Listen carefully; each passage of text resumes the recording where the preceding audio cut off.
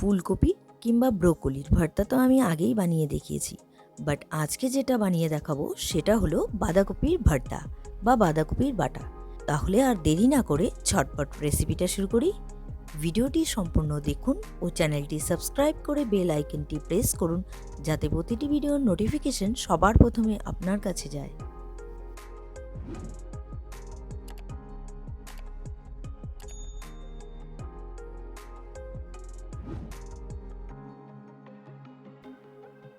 আমি বাঁধাকপির ভর্তা বানাবো, সেজন্য নিয়ে নিয়েছি এখানে বাঁধাকপি। এটি ছোট সাইজের বাঁধাকপি আছে। বাঁধাকপিটা আমি ঝিরি করে কেটে নিয়েছি।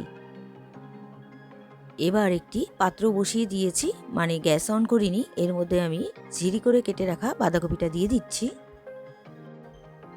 আমি হালকা করে একটু ভাপিয়ে নেব, আর দিয়ে দিচ্ছি এর মধ্যে নুন, আর দিয়ে দিব 2 চামচের মতো জল। বেশি জল দেওয়া যাবে না একদমই, দেখুন একদম 2 চামচ আছে এখানে জল। একটু নাড়াচাড়া করে আমি ঢেকে দিব। এবার আমি গ্যাসটা অন করে দিয়েছি আর ঢাকা দিয়ে দিচ্ছি।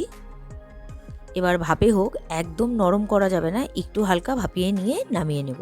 মানে একটু নরম হয়ে গেলেই আমি নামিয়ে নেব। আমি ঢাকনা খুলে নিলাম আর আমার ভাপানো হয়ে গেছে। আর আমি হালকা একটু ভাপিয়ে নিয়েছি, একটু নরম করে নিয়েছি। এবার আমি নাড়াচাড়া করে একটু নামিয়ে নিচ্ছি। তারপর ঠান্ডা হলে আমি পেস্ট বানিয়ে নেব। আমি নামিয়ে নিয়েছি, এবার মিক্সিং জারে দিয়ে দিচ্ছি। ঠান্ডা হয়ে গিয়েছে, আমি পেস্ট বানিয়ে নেব। পেস্ট বানিয়ে নিয়েছি, অত মিহি পেস্ট না বানালেও চলবে। এবার আমি কড়াই বসিয়ে দিব। আমি গ্যাস অন করে কড়াই বসিয়ে দিয়েছি। কড়াইতে দিয়ে দিচ্ছি সর্ষের তেল। তেল গরম হয়ে গেছে। এবার আমি প্রথমেই শুকনো লঙ্কা ভেজে নিচ্ছি। আমি 3টে শুকনো লঙ্কা ভেজে নামিয়ে নিচ্ছি।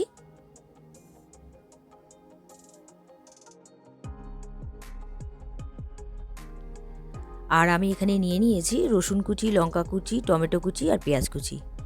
কড়াইতে ওই তেলেই আমি দিয়ে দিচ্ছি প্রথমে রসুন কুচি। রসুনটা একটু নাড়াচাড়া করে আমি এর মধ্যে দিয়ে দিব কাঁচা লঙ্কা কুচি।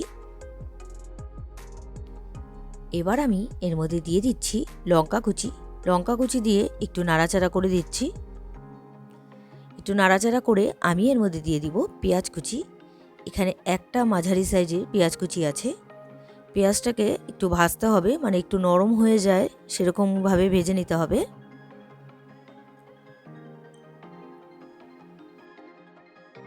পেঁয়াজটা নরম হয়ে গিয়েছে। এবার আমি দিয়ে দিচ্ছি টমেটো কুচি। টমেটো কুচি দিয়ে আমি নুন দিয়ে দেবো, যাতে খুব তাড়াতাড়ি টমেটোটা নরম হয়ে যায়।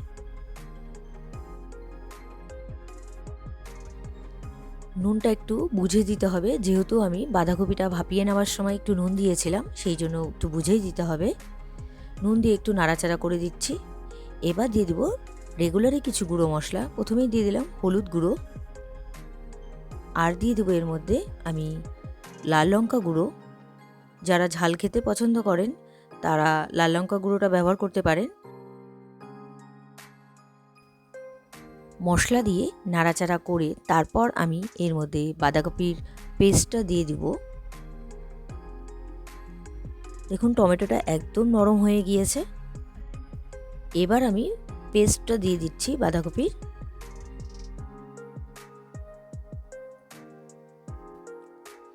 পেস্টটা দিয়ে খুব ভালো করে নাড়াচাড়া করে মিক্সড করে দিচ্ছি। আর অনবরত নাড়াচাড়া করে যেতে হবে, আর গ্যাসের ফ্লেমটা কিন্তু মানে বাড়িয়ে রাখতে হবে। আর যতক্ষণ না মানে বাঁধাকপির এক্সট্রা জলটা টেনে নিচ্ছে। দেখুন আমি অনবরত নাড়াচাড়া করে যাচ্ছি, আর এখন কিন্তু একটু একটু করে লাগতে শুরু করে দিয়েছে।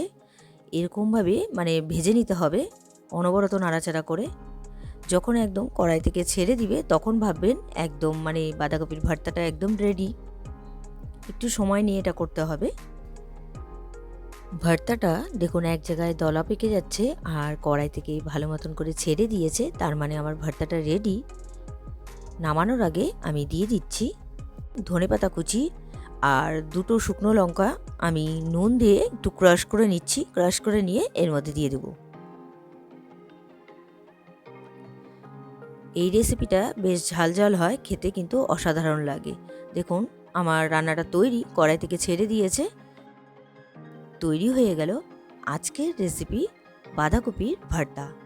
আজকের এই রেসিপিটি আপনাদের কেমন লেগেছে অবশ্যই কমেন্ট করে জানাবেন।